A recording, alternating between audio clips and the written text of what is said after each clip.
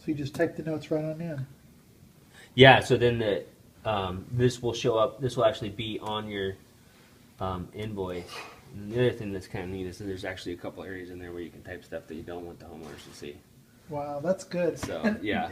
how did they do the training? Did they like sit you guys all down and show Yeah. you the application? Yeah, there was a group that came together. It was $900 for each computer, and we got it on 3 text computers, and then there's one that's on the secretary has one also, and then they have a couple of different ones.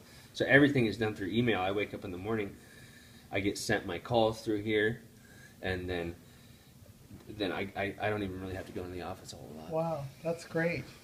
That's great. And you've got all my history of all my equipment, Mhm. all of my. You print the invoice. You create the. So your dispatch work order comes right here. Yeah, so once I'm done with the tune-up and put the part in, we'll have the history of the part, but I'll have the all the settings of the heat pump, what kind of charge it had, the amp draw, All the configuration of the whole amp thing. draw of everything, and I can look back on the history.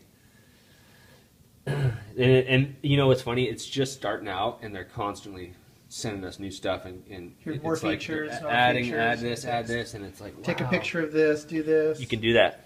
Yeah. Yeah. Yeah, when I come across a furnace that needs like a heat exchanger or something like that, if it's got a crack and it needs a new furnace, I can go through and I can take a couple pictures and I can say, well, this plenum was measured this, and this, and then I can send it with the invoice right to my boss, and they paid for the furnace, and then he can show the pictures to the installers, and they can get all the building, how to build the fittings and everything off of that from the. And does it keep track of the warranty information too? If you have like parts with warranties Yeah. and stuff. Yeah. That's very cool. Okay, so here's the invoice now. And we'll go here, one more signature on the bottom. All right.